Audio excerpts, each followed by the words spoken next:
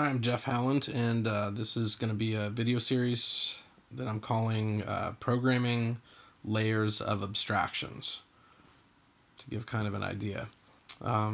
Basically, it's about the way that we manage complexity in programming, specifically the way I manage complexity in programming.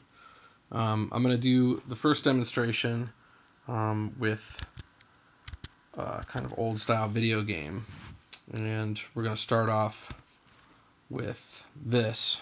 I've kind of saved it out into a number of different save files as I went along building it. And this first one, you can see just a black screen.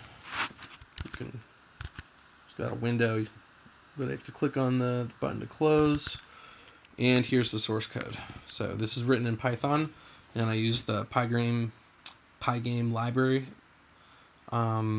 So I'll just step through what the Python code means. This is a Python tutorial, so I'll just explain what it does. And then the real purpose of this is to show the progression of how adding more things and more details creates more complexity, and then how to deal with that complexity partially in just the various kind of progression from beginning programming, which was all very straightforward, assembler, not even assembler language, like wiring, and then opcodes, and then assembler, and higher level languages, came later. But this is how to manage outside of even that. This is how to manage when things get bigger, irregardless of the programming language, how the techniques were created to manage it, and then how to go about moving things around when you know that things have become unbalanced and need to be rebalanced.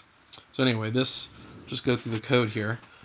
Starting line, this is the Shebang Line. This essentially finds the right version of Python for some Unix style systems, like Linux. It definitely works, and I think it works in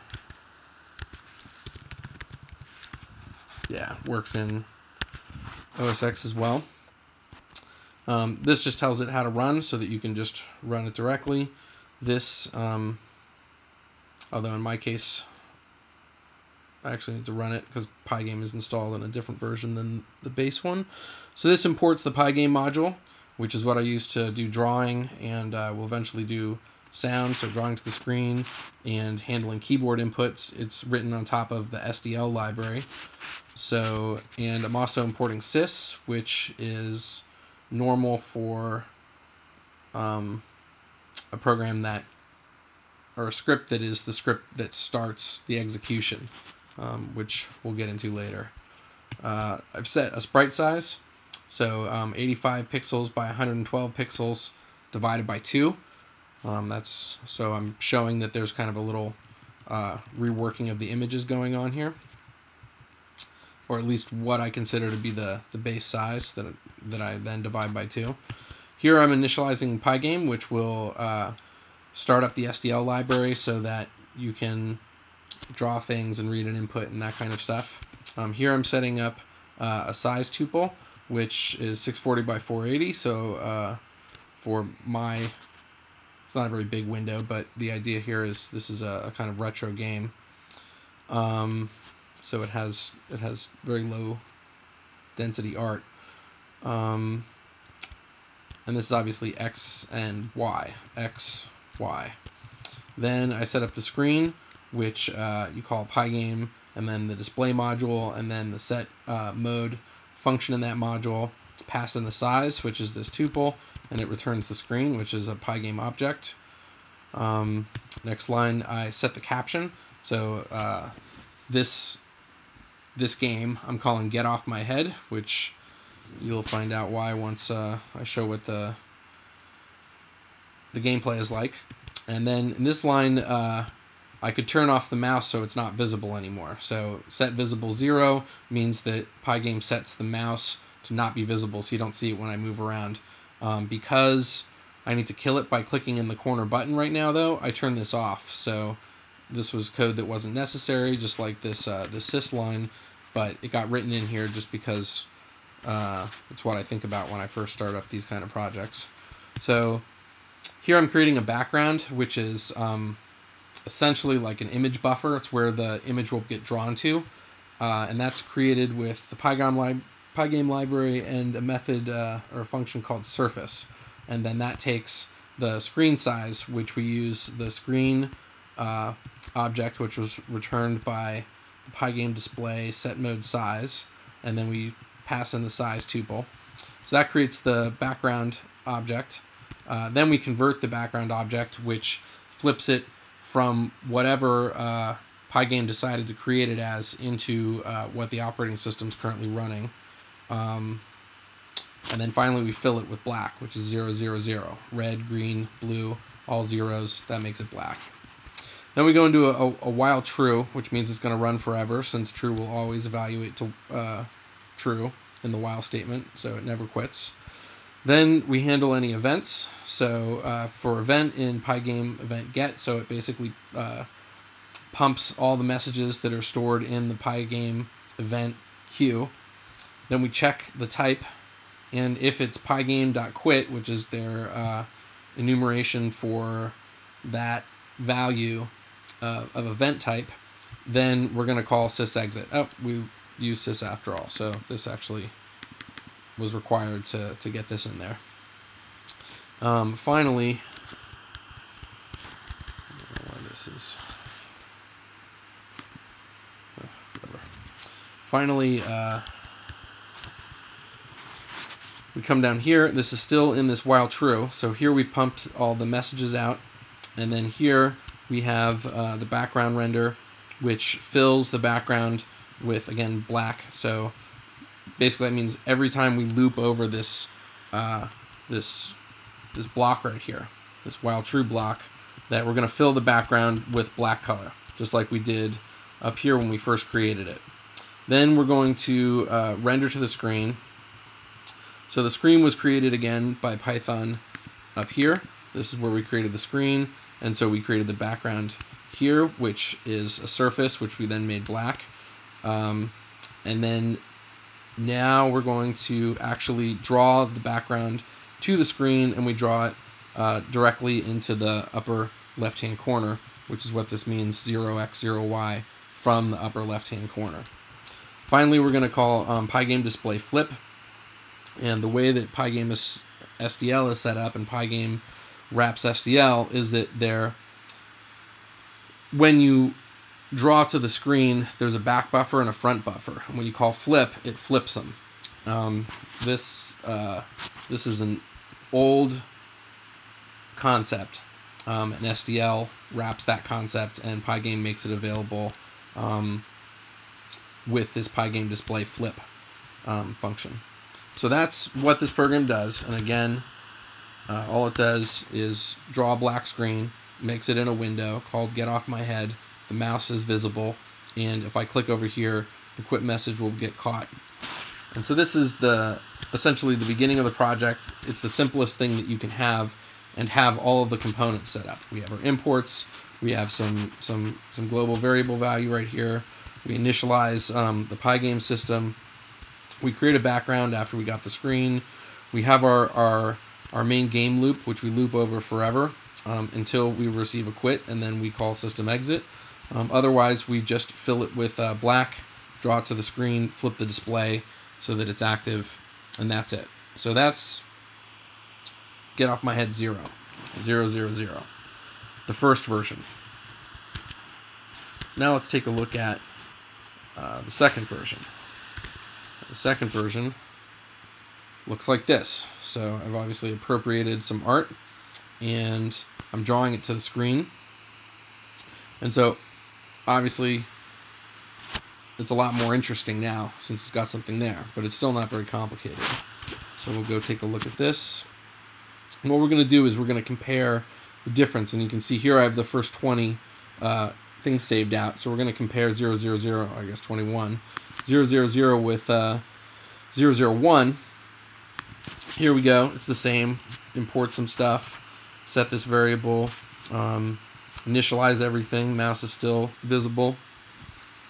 Now we're going to create this pygame image load. We called it sf_back.png, so it's a PNG file. We load that and we call it the scene variable. Then we create the background again, fill it in black. Finally, we have our game loop, our infinite game loop. So we have a while event. We pump the events. We see if it's a quit, and then we exit. So that breaks out of our infinite game loop if we click that button. Finally, I've commented out the background fill, and I've set it instead so that it's background blit the scene, and the scene is what we loaded here, the sfback.png. And finally, we render the screen again. We blit the background to the screen at the upper left-hand corner of 0, 0, and then we do pygame display flip, which makes it visible. So it's constantly happening. We're constantly running this block, and we're looking for input, any kind of events that equal the pygame quit, and then we just keep redrawing that scene over and over and over again. That's all that's happening here. So again, that looks like this. So all very straightforward. We're just adding a little bit of complexity each time to start building up the game. So now we'll move on to 002. 002, we have a little guy here, another appropriated piece of art. So you can see I just draw the guy right on top of everything else, and I've set up the keys so that the arrow keys allow me to move the guy. So up, down, left, right. I can hold some combination of them. And when he moves over stuff, there's no boundaries for him. He can just go wherever. And when he moves over stuff, he just blocks it out. So you can see there's no transparency around him with the environment. So it's essentially just an image, and then this is drawn on top. So now let's quit out of this, and we'll take a look at the code again. So again, we have the shebang line, we have the imports, the global variable for the size, we have pygame init, which creates the size screen, sets the caption to get off my head. We have this image load. So now, here we have the scene load. That's what we had before. That's the background.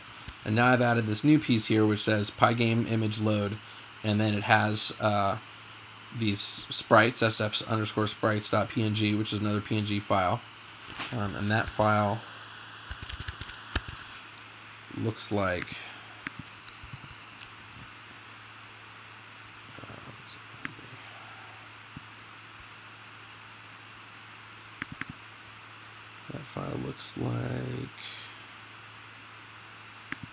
this. So here's the SF back, and you can see that we only draw this little portion right over here. It's actually a pretty big image. And here's the SF sprites. So you can see there's a whole bunch of guys here, but when I ran the game,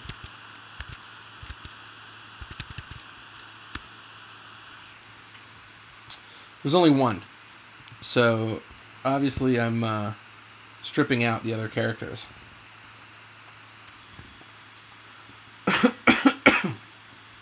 Or they'd show up. Throat is dry. So quit out. So here we have, let's take a little break. Sorry for the split. I'm not used to talking this continuously, apparently. So here we have a pygame image load, just like this, just like we loaded the scene, except now we're loading this SF sprites, which looks like this. So here you can see there actually is a transparency here. So when I loaded this, then I transform it. So here you can see I'm using the width of the image and the height of the image divided by 2. And I'm processing the image with a scale, so I'm shrinking it in half. And that saves back into the image reference. And then I convert the alpha back into the image reference again to make a conversion. and then I set the image to SF Sprites. And so what I'm doing here is I'm using a generic name for this image, and then finally I'm assigning it here. And the idea about using this is so that I can copy and paste this, because in this format of this very simple, straightforward, just starting on a straight rundown script, this is the basic approach. You create a block and then you copy and paste it. Now if I change the name here to SF Sprites everywhere, so that it looked like this, and then I didn't need this line anymore. Now the thing about this is, if I copy and paste this, I have to change it everywhere. I have to change each one of these back. But if I have it like this, where they're all image, and then I just assign it to SF Sprites, now I've created a group of things that can be copy and pasted, and only one of them has to be changed. So one aspect of programming is coming up with this method of how to make things generalized so that you can do them over and over again. And this is, I believe, one of the simplest forms of this, which is just I'm using a generic name and then I assign it into a specific name. And this is changeable, and then I could just have 2, 3, obviously in backwards order. But so you can see I can just copy that out and have different things and change just a couple things about it. Just this file name here and this final variable. So this sort of low-level basic generalization is what gets carried through into higher levels of complexity, higher levels of abstraction, where this gets turned into a function, which I'll go over.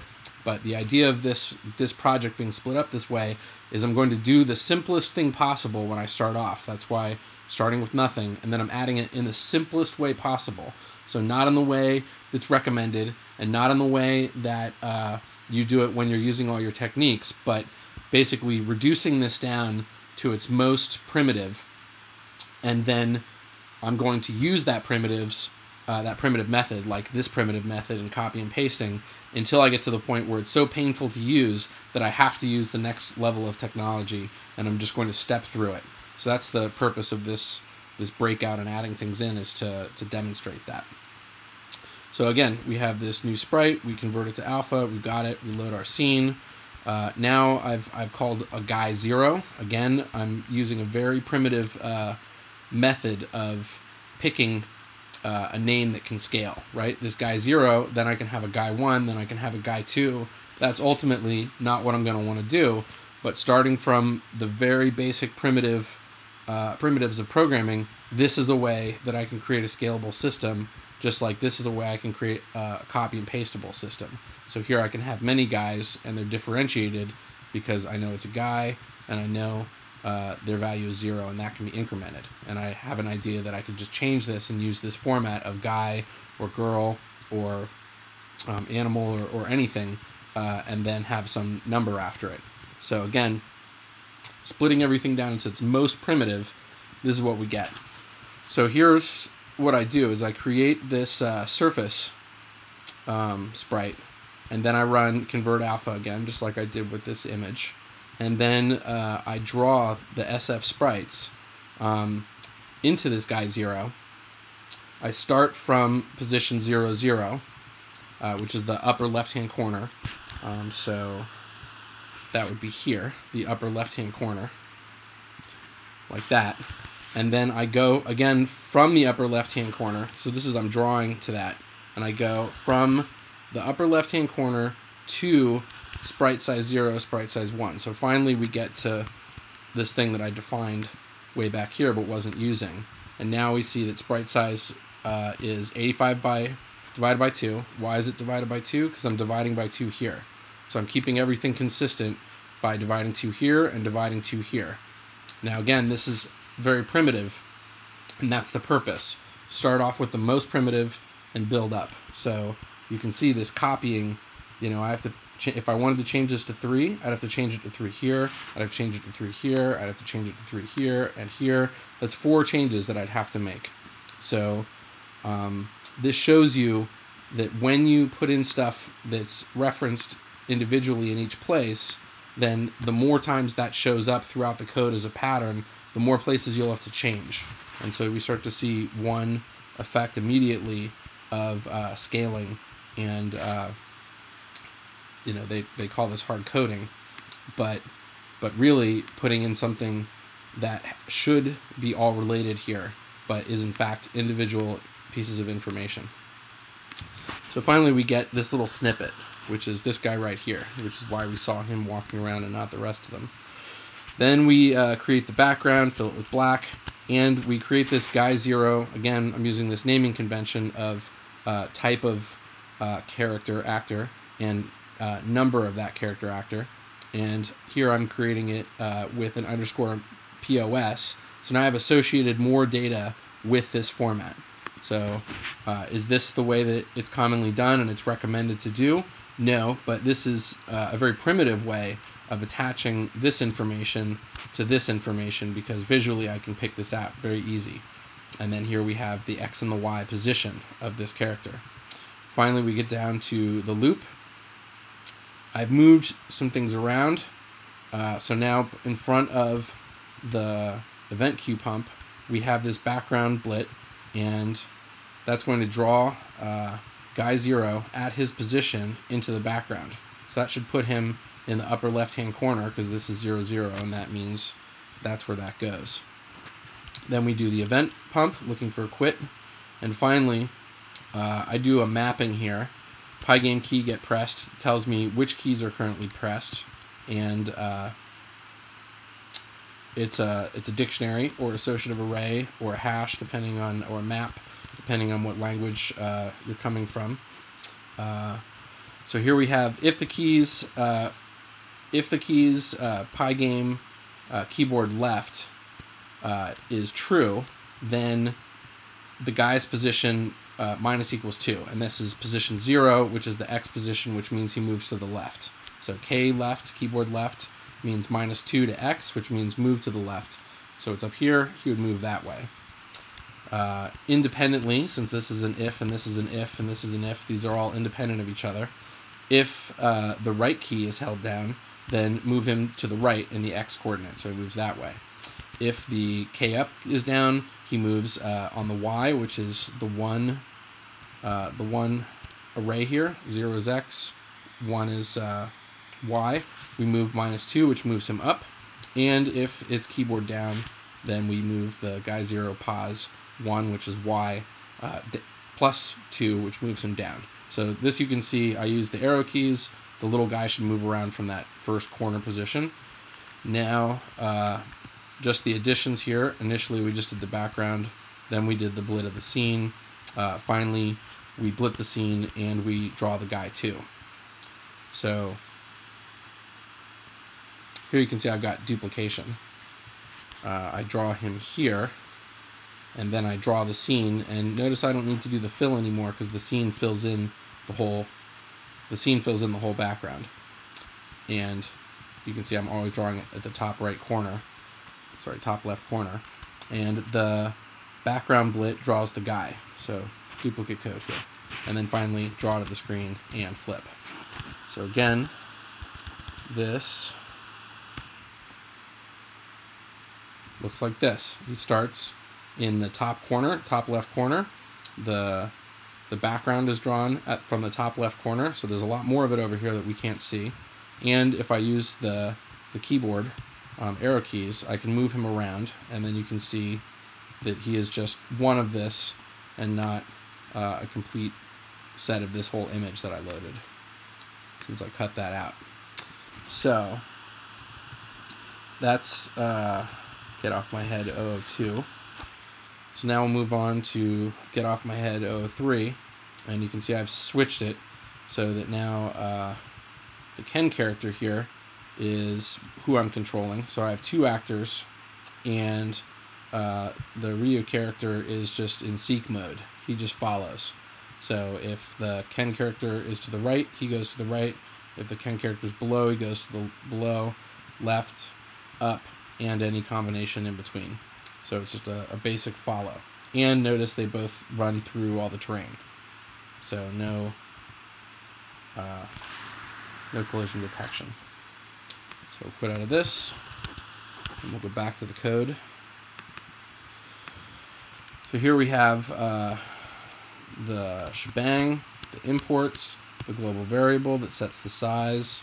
We get initialize Pygame, SDL, and set the screen, the title.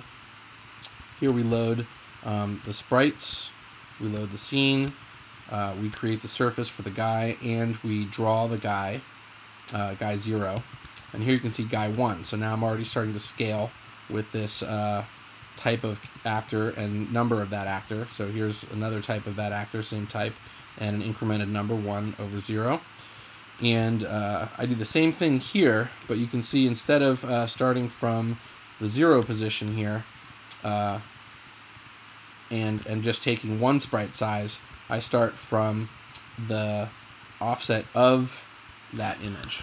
So to look back at it, that would be this guy, and that is because I'm taking the width, the x, the 0 element, and I'm multiplying it by 1, which moves me from this guy to this guy.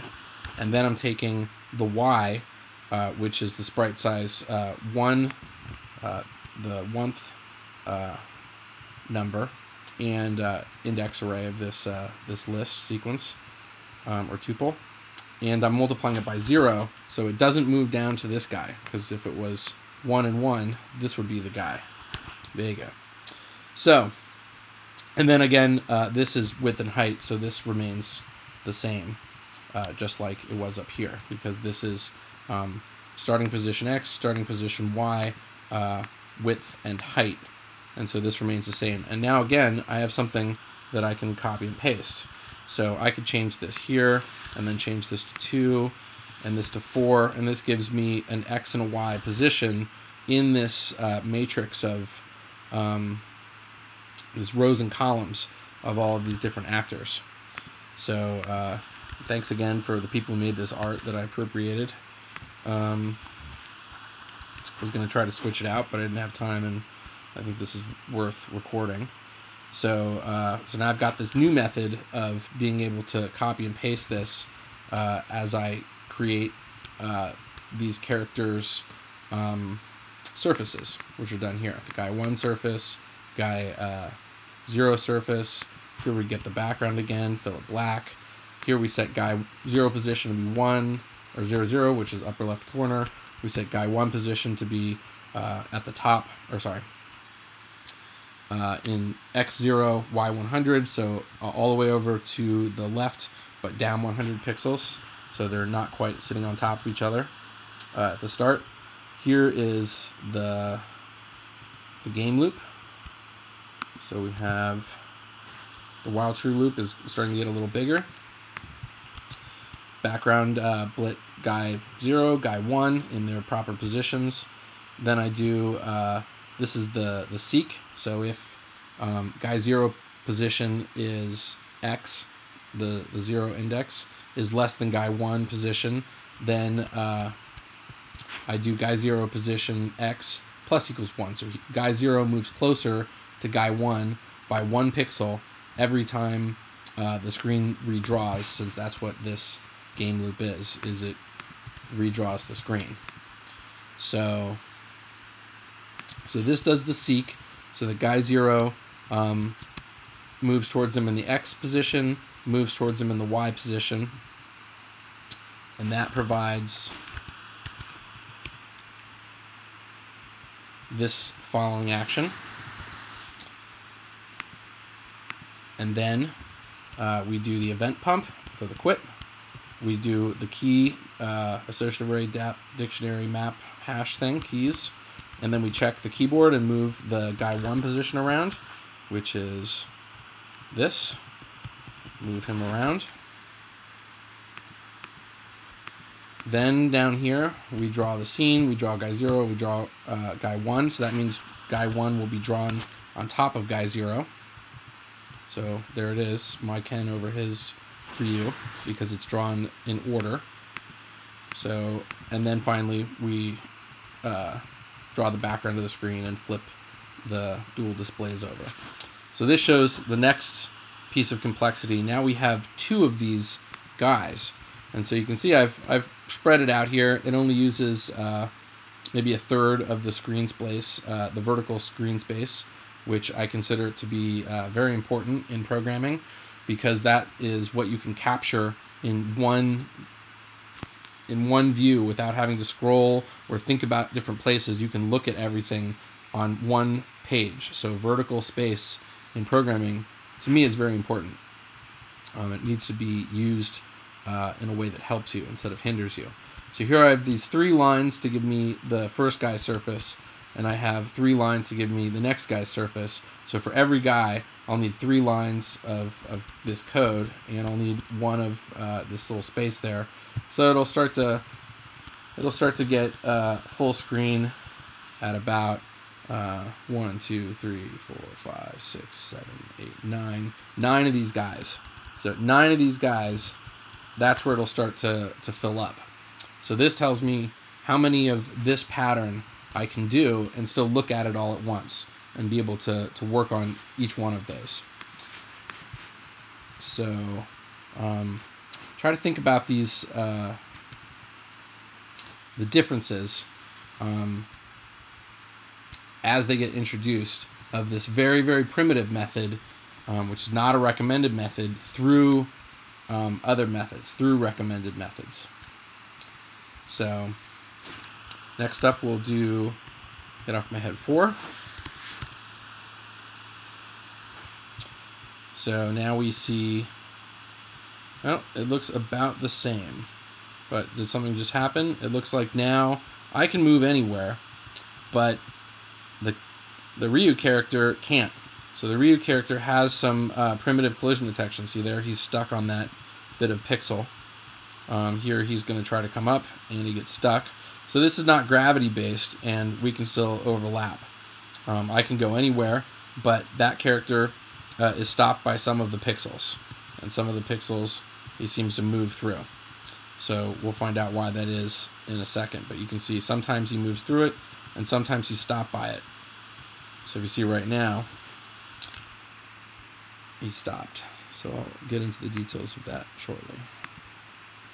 So here we move over to Get Off My Head 4, the Shebang Line, to start it out. The imports, the global sprite size. We initialize the screen and Pygame and the title. We load up the sprites. We load up the scene and the scene mask. So for the first time, I've got this new variable here called scene mask that I load up out of sfback mask. And oops, that looks like this. So if you remember, sfback looked like this. So we've got all this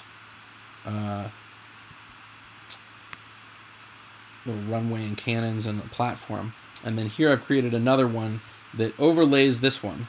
So if you were to look at it, it's an overlaid system.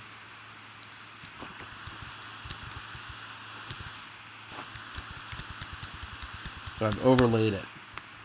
And what that means is I can look at this, look at this data, and instead of it being a whole bunch of different colors, like there's an off, you know, what is that? There's 7 colors in this little square. Now it's just black or white.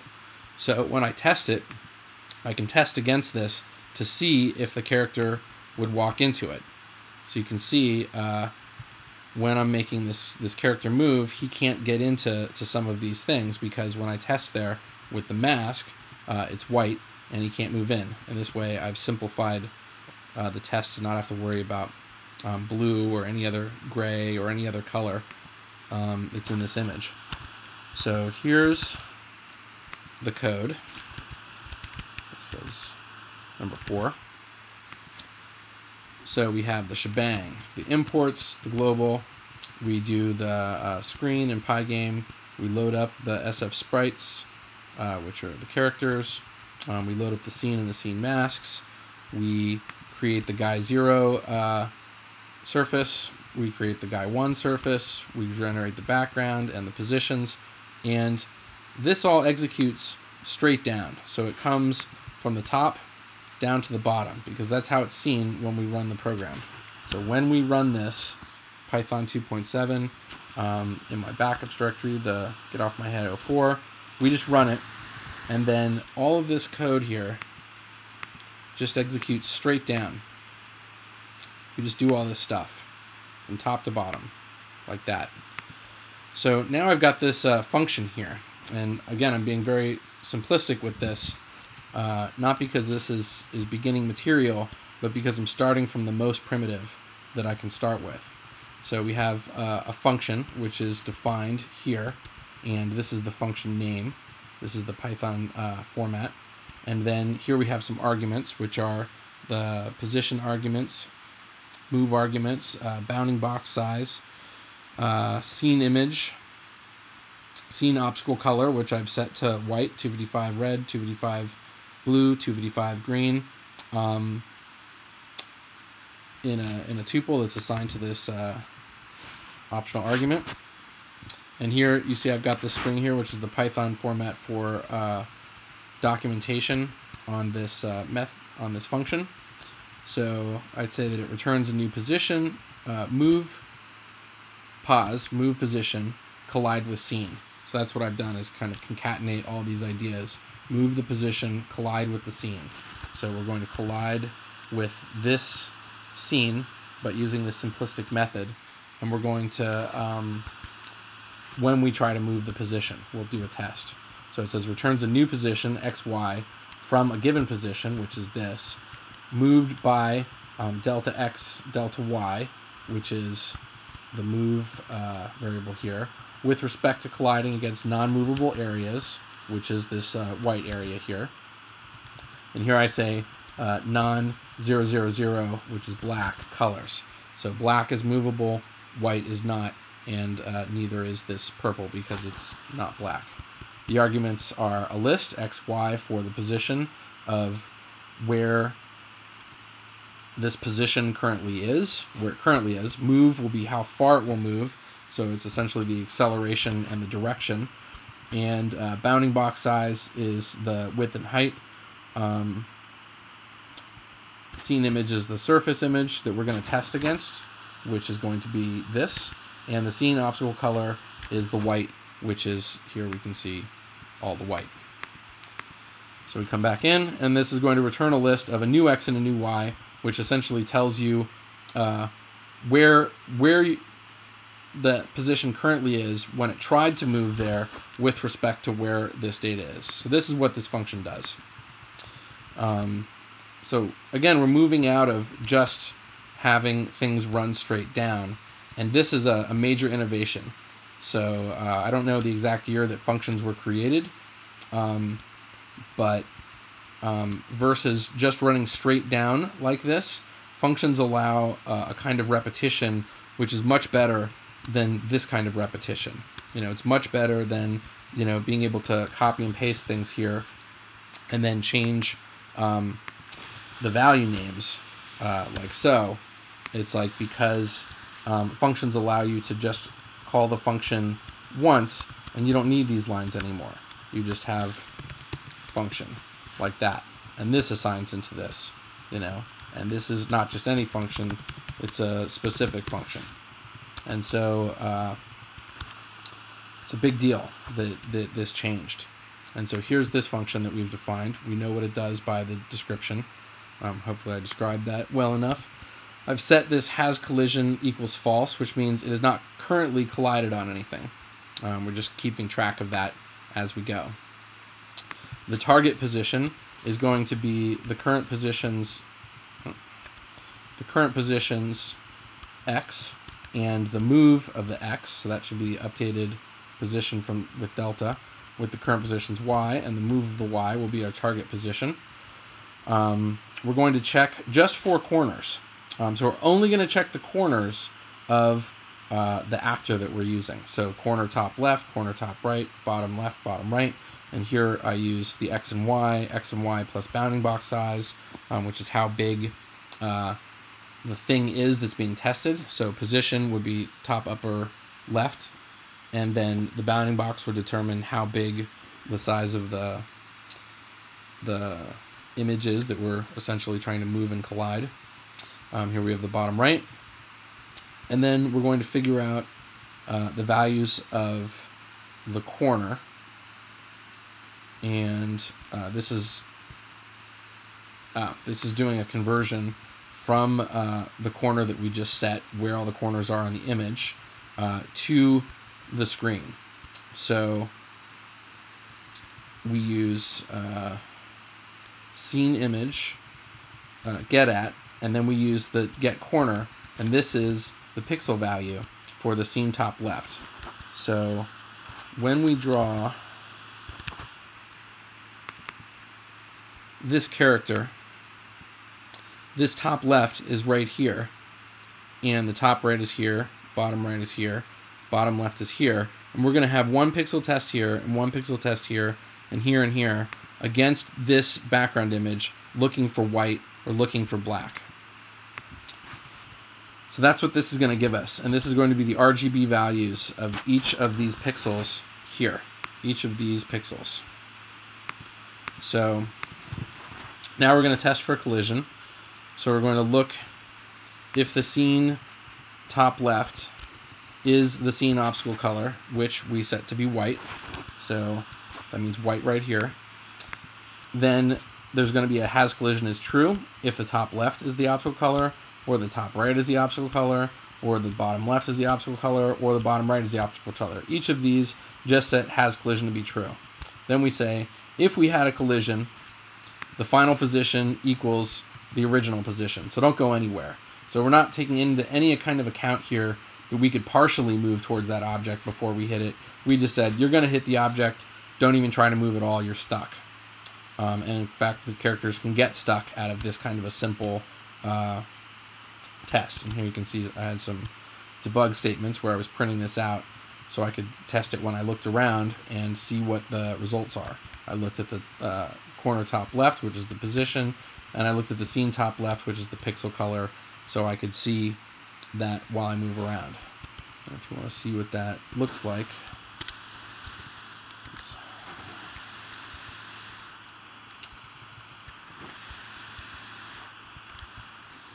I just forgot how to do this. Oh, I used too many editors. That looks like this.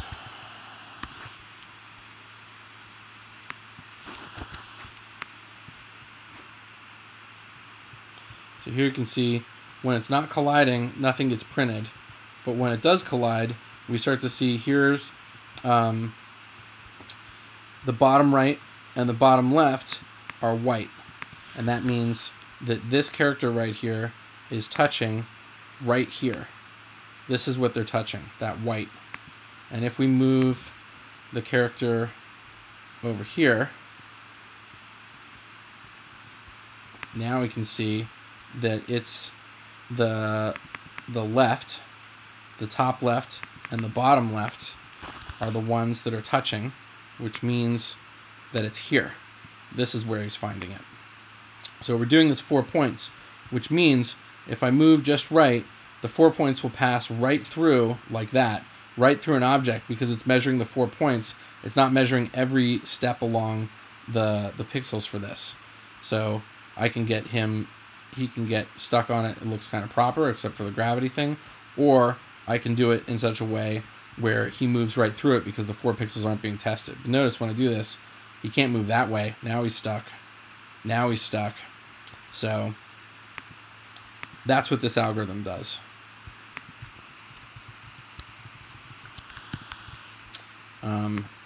And again, no movement.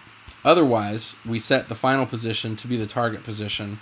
The target position was where we took into account the full movement, the full delta, and then offset it from the original position, and here at the final position, and we return. So this defines this function right here. So it's from here to here. That's the function. So next up we do our game loop. So we've defined a function after we started up loading some things, and then we do the game loop again. And again we draw the guys to the background, and we move the character just like we did here, where we're moving guy 0 to chase guy 1, except instead of just doing plus equals 1, I do plus equals 1 in this way. So this increments x by 1, decrements x by 1, increments y by 1 here, decrements y by 1 here. So this is the same as this, and this are the same, and you can see I've commented them out, except that I'm using this function here. So I've called this function, which means all this code that I'm doing right here, this line 41 to line 98, the 57 lines of code are all happening on this one line. So when I invoke this, I invoke 57 lines of code. So because I do it 4 times, that means I'm saving over 160 lines of code, if I just copied this all out. And then if I wanted to change any of it, I'd have to change all 57 lines of code for every time that I copied it. So this structure right here of being able to copy things like so is quite limiting when you find out that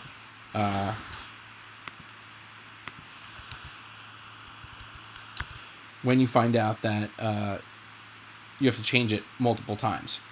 So copying and pasting, that's why copy pasta is considered to be an elegant and a maintenance problem, technical debt. There's lots of terms for it, but it's a primitive. So we start out with primitives, and then we move to higher levels of abstraction to deal with the complexity that primitives cause by their overuse. So we can see when we do it here, no big deal. But the more we start to do it, the more it becomes a problem. It's not as big as this 57 lines, but still that 3 lines over time, when you have to change them all, it's going to be a big deal. Finally, after we do the seek, but with the collision, we do the event pump, and we do my character's key up and down. Finally, we blit the scene, blit guy 0, blit guy 1, blit the background to the screen, and flip. So once again, that looks like this. There's some collision detection, but he gets stuck moving through. And the next step is going to look like this.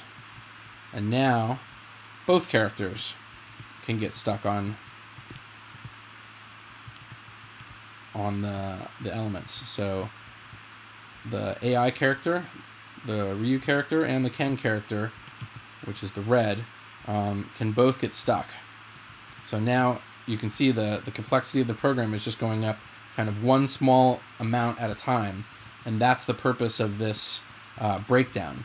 Why I've split it into 20 pieces, and what I think that going from the simplest I can make it and adding a little bit of complexity each time, that's what this series is meant to do, to explore that as it becomes a full game and takes all the complexity of having all that different features packed into it, and then all the details of managing the code itself and the project just to finish it and make sure it doesn't have bugs and be able to read it and change it at a reasonable pace. So that's what this video series is going to be about, exploring this to start with, and then exploring other projects as well, going over design elements of them, why some decisions are made over other decisions, to kind of document some of my processes and learning, and do the whole sharing thing. So that's it. That's the programming layers of abstractions first talk, and I'll be doing the rest of this get off my head and some more features that I'll do live to show that process, and then I'll start doing some other projects as well. So that's it. Thanks. See you next time, I guess.